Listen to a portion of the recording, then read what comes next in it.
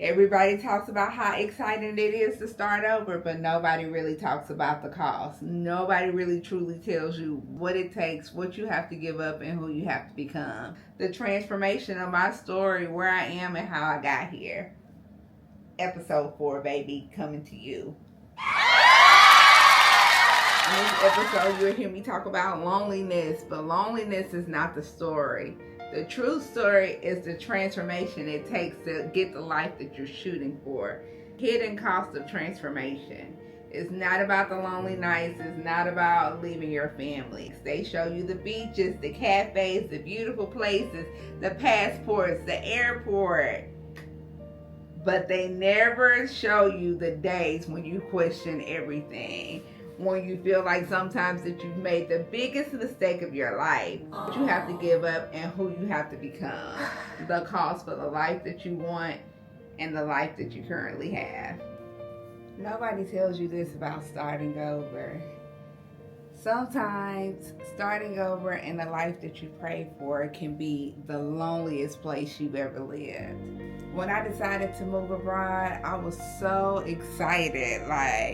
I knew I was leaving behind the familiar. I knew that I was leaving behind everything that I've ever known. My family, my routines.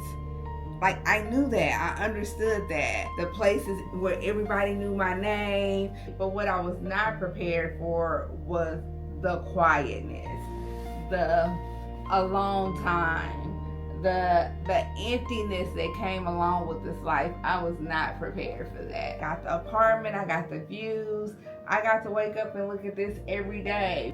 There were days I would go to breakfast by myself, or go sit in the coffee shop, or go exploring, or go walking on the beach. And I was grateful, don't get me wrong, I was super grateful. But there were some times where I was like, man, this is lonely. I don't have anybody to sit across the table from to be like, man, can you believe this is our life? Can you believe that happened? Or can you believe how beautiful that was? That's when the silence hit in. In those moments, that's when the silence gets super loud. Am I sure that I made the best decision for my life? Am I sure that this is the right direction? I know I want to be in this place where it's beautiful, but did I really just leave everything that I knew, loved, and trusted, and that was comforting to me? Did I really leave that behind? Man, those moments are so heavy, and were so heavy for me. What I missed the most was just having belonging. To have someone that was familiar with me and I'm familiar with them. One special person that I was on path with, whether it's a special person in the form of a companion or the special person in the form of a family member or a friend. I miss having that warmness next to me. All of the beautiful views in the world could not have prepared me for that. I was not prepared. Having that someone that cared if I made it home or not, or have that someone that I could share my daily routine with, or someone to just talk about my day with. My family and friends were really not most. All of them are 12 to 13 hours behind me. So during the moments that I'm actually living my day and actually experiencing life, I had no one to share it with. And that was hard. That was hard. Someone to even be around to notice if I had a bad day, if I wasn't feeling well, someone to go get medicine for me, or to stop by and check on me to just even make sure I was alive. These are the tough pills that I had to learn how to adjust and learn how to swallow with just living and building a life abroad. Those are the things, those are the skills that nobody can ever really truly prepare you for, because I was not aware, nor was I prepared.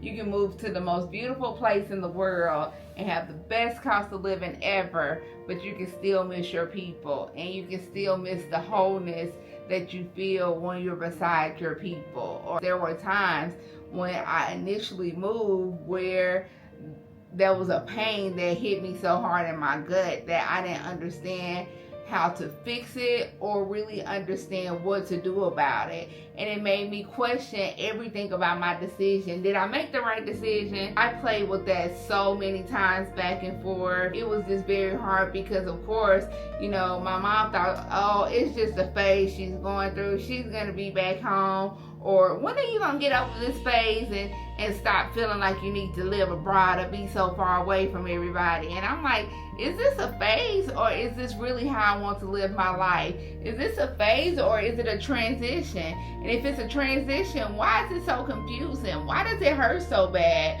Why do I feel so lost? Why do I feel so alone? What am I doing? Like, all of these things are the things that choked me at night, that kept me awake at night, even though I feel like I had everything I prayed for, with the location, the apartment, the views, the beach. I feel like I literally had everything that I had been asking God for, but I still felt a piece of emptiness, and I still felt so alone. For a while, I thought that me feeling lonely meant I had made the wrong decision. But now I know that two things can be true at the same time. You could miss your family, or you can miss your sense of belonging, and you can still have and be on the trajectory of making the best decision of your life. You could be transforming and shedding the old version of you and still at the core be the same. I think that both of those can exist in the same place, and I think that that's a lesson that God was teaching me as I moved abroad and as I started this journey by myself. God was really waking me up to a side and a version of me that I did not know existed. It was so new, it was so pure, it was so raw, it was so many emotions all at the same time that I honestly didn't even know what to do with it.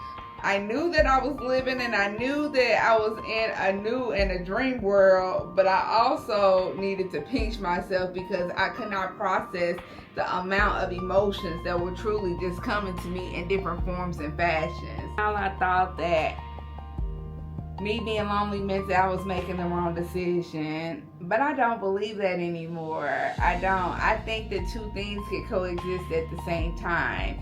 I think that you can be lonely and be building a new life and miss the people that you love and still be grateful and still be on the trajectory that you were needing to be on for your life path. Instead of questioning the loneliness, I leaned into it. I started praying more. I started journaling more. I started reading more. I started spending time with myself. I started trying to learn how to even listen to myself, listen to the voice within. A lot of times when you're surrounded by a lot of noise of what your family thinks, what your friend thinks, what your companionship offers you, it drowns out the noise of just who you want to be on the inside. Who are you? What are you feeling? What are you digging? What direction do you want to go? So I really had to learn how to listen to my own voice and really figure out what are those things that really make my heart sing. Spending time with me, ooh, at first it was painful. Like spending that time alone in the silence of your thoughts and the uncertainty of your fears.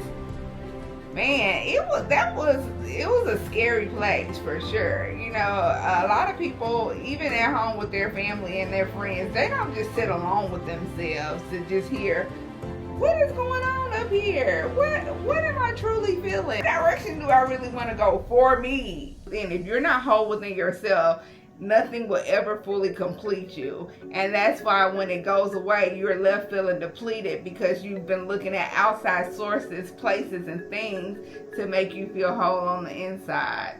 That is a game changer. That's when your life starts to shift and spin. When you stop waiting on external resources to actually fill your cup. That is one of the biggest lessons that I think this time of silence. Yes, it's been lonely moments, but it's also been beautiful moments as well, because it just taught me my internal relationship with myself, and that right there is priceless. No amount of money could pay me to give that up. I had to learn how to become someone I genuinely enjoy to hang out with myself. And learning how to hang out with myself and learning the beauty that resides in solitude, that's when my community slowly started coming. That's when the activities slowly started clicking and making sense. A lot of people think that when you move out of the country that is the answer, that's the key, that's the end all be all. But it's so much more than that. And that's what the Epix Era has really taught me. And that's what it's truly all about. Learning through those bridges, learning through those gaps, learning through those painful moments, and really just transforming yourself to really see what it takes and what it looks like for you to thrive. We get so comfortable with putting things in boxes and say, okay, well, if I'm lonely, that means I made the wrong decision. Or if I'm scared, that means I shouldn't have done that. Or if I'm fearful, that means that I'm going in the wrong direction. And really, that's not true. When we hit that road of fear, oh, I made the wrong decision, and then we go back. Or then we go back to the same thing that's comfortable, that we've always known to be that safe space for us, without pushing past those barriers of fear to just be able to see what's on the other side and just live a life of fullness and wholeness. That's where a lot of people really miss out on their dreams and really miss out on the blessings and the things that God has for their lives. I wanted to come and just disband the myth of like, hey, when you move abroad that everything is going to be perfect, or when you move abroad you have this magical new life. No, it takes work. It takes transformation. It takes you really digging down within and really checking with yourself. It takes some ugly habits to unlearn. It takes some repair.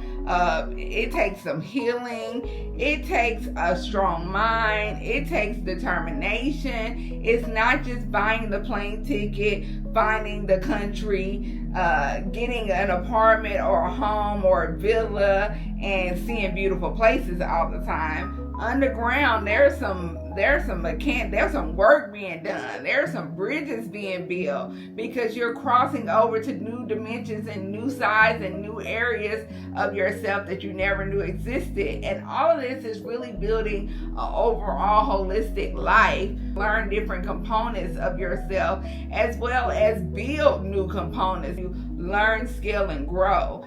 It's really about doing the groundwork to reach within yourself and your soul to really live this thing out that you only get one of. We only get one life.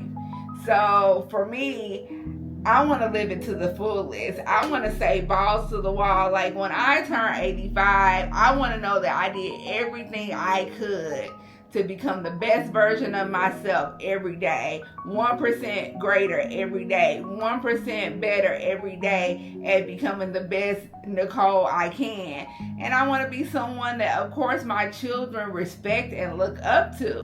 So if you're watching this, and if you're in your waiting season, or if you're in your season of transformation, so maybe you are in your empty nester season, or you recently got a divorce, or your kids moved away, or you just moved to a new city, or let's see, what else could it be? Maybe you're just trying to rebuild your life and trying to figure out what does your Epix Era look like to you. That every chapter has an ending, and the only way for an ending to be an ending is if you have a chapter of new beginnings. But if you don't read to the end, you'll never get to see it. In between a new chapter, an ending of a chapter and a new chapter, guess what lives there? The space in between who you are and who you are becoming. Chef's kiss, baby. Chef's kiss in that little sliver of space between who you were and who you becoming. You have this little narrow space right there. That's where the dream lives. That's where the magic happens. But if you're not willing to cross over from A to B, you never get to experience those things in its fullness. Like never, ever, ever. Everybody can have their Epix Era, no matter what season that you're in. The journey, this journey, baby, is so worth it. It's so So it's so worth it. Welcome to the Epix Era, baby, where we transform, travel, and thrive. The journey is just beginning and the story is still being written. Stay tuned.